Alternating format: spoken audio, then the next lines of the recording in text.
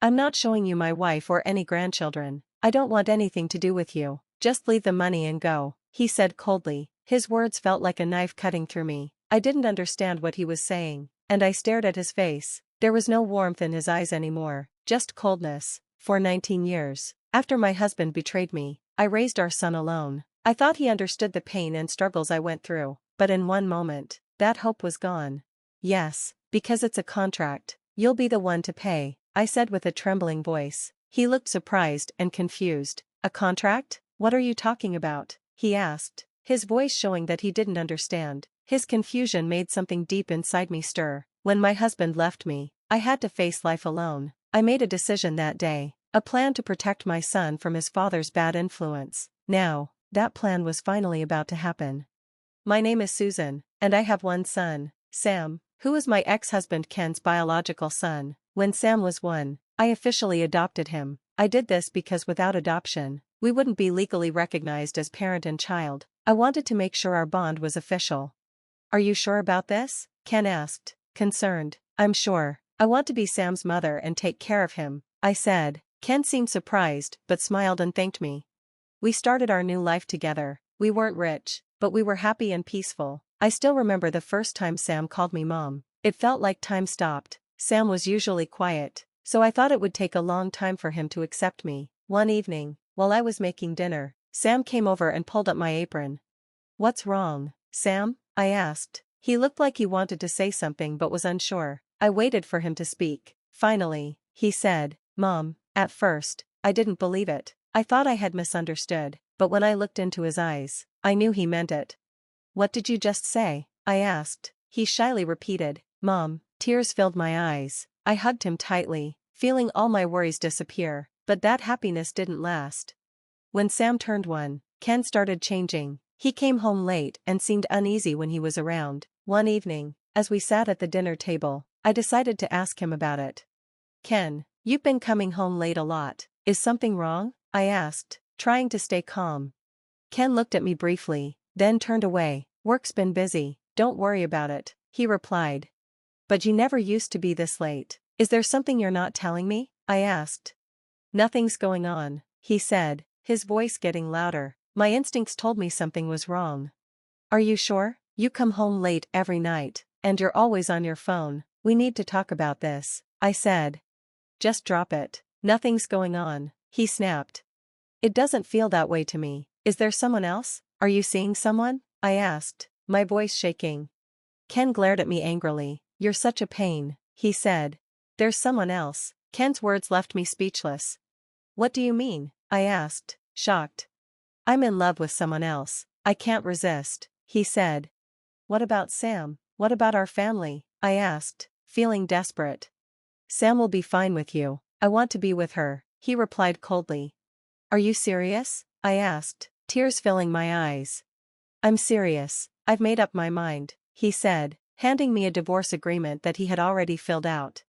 I stared at the paper, feeling numb. The next day, I filed for divorce. From then on, my life was all about Sam. I was determined to protect him from the pain Ken had caused. Even though we weren't rich, I didn't want Sam to suffer financially. I started studying real estate at night, hoping to build a better future for him. Eventually, I managed a small property. It wasn't much, but it helped us have some financial stability.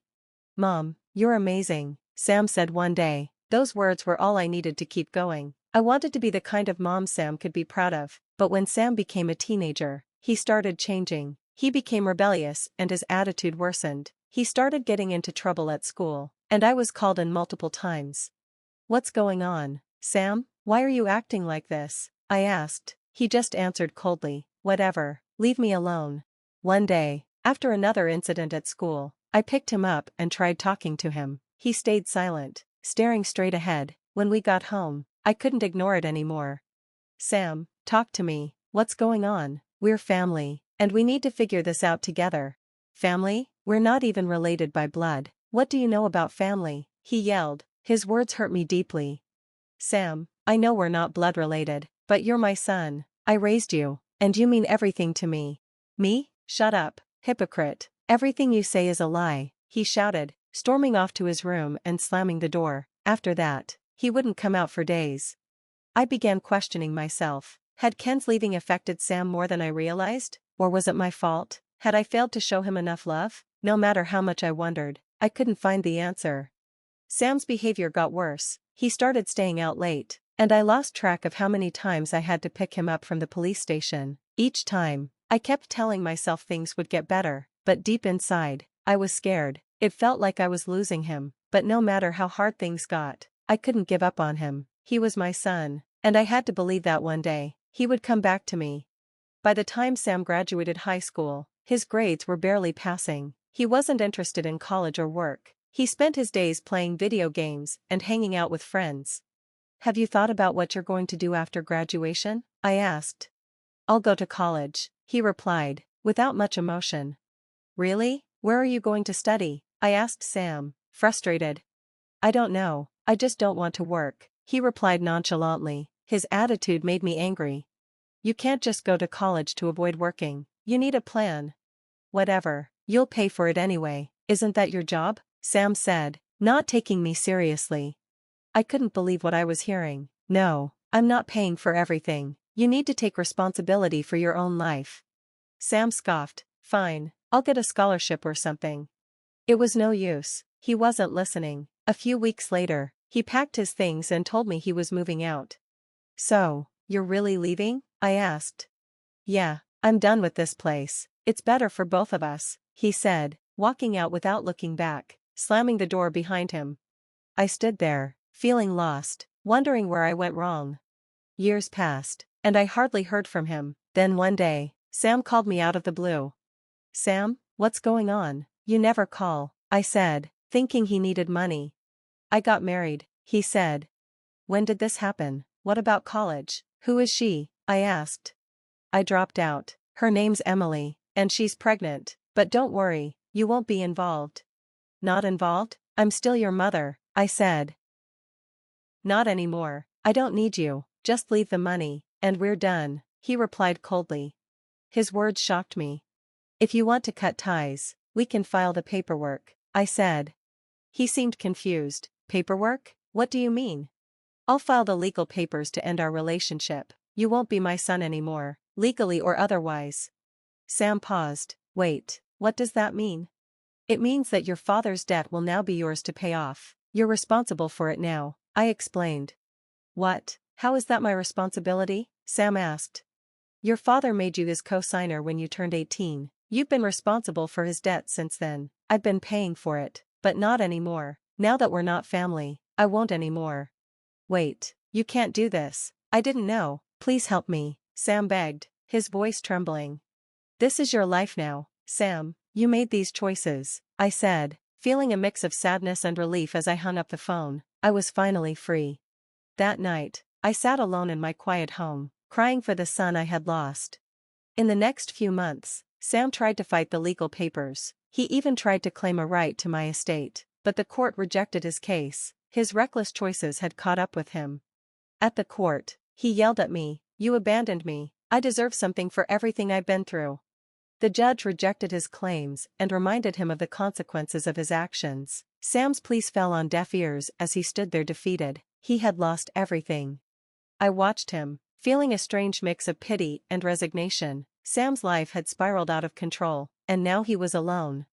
After losing the court case, Sam had only his wife, Emily, left, but even that didn't last long. When Emily found out about the debt Sam had inherited from his father, she was furious.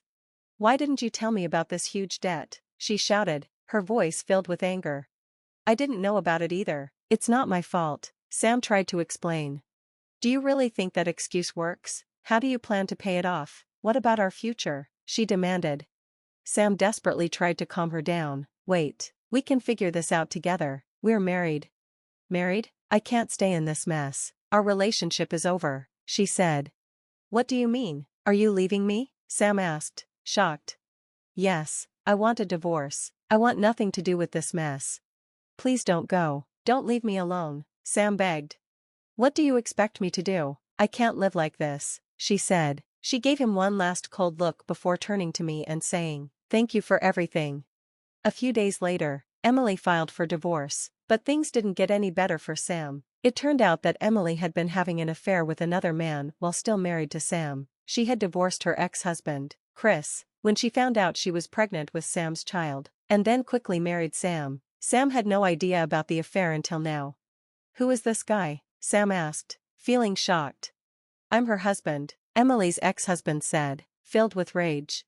"Husband? What do you mean?" Sam asked, confused. "I was married to her until recently," the ex-husband shouted angrily. "So, you left me for him? You betrayed me."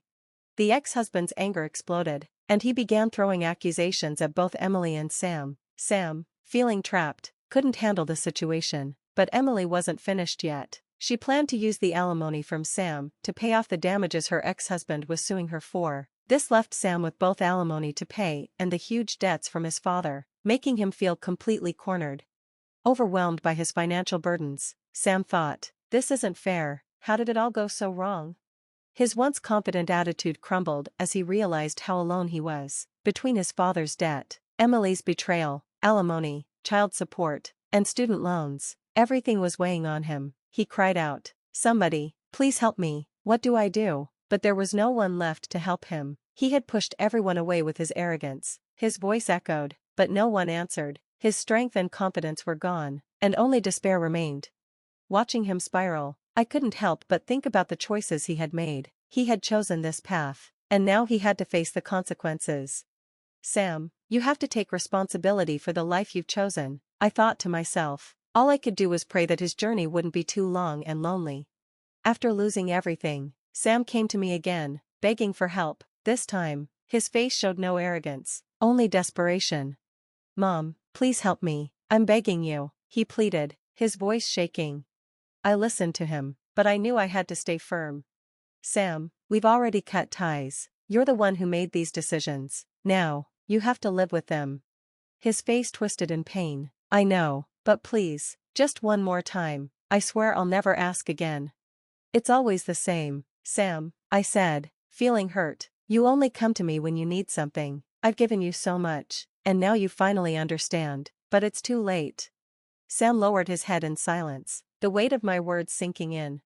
"I know, I have no one left to turn to," he said quietly. "You have to take responsibility for your own life now. I can't help you anymore," I said firmly.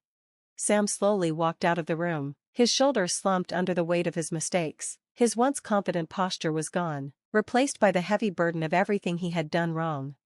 Over time, Sam became more isolated. He was drowning in debt, alimony, and child support, and he had no one left to rely on. The reality of his actions finally sank in. By the time he realized his mistakes, it was too late to fix anything. His cruel words and actions toward me had come back to haunt him.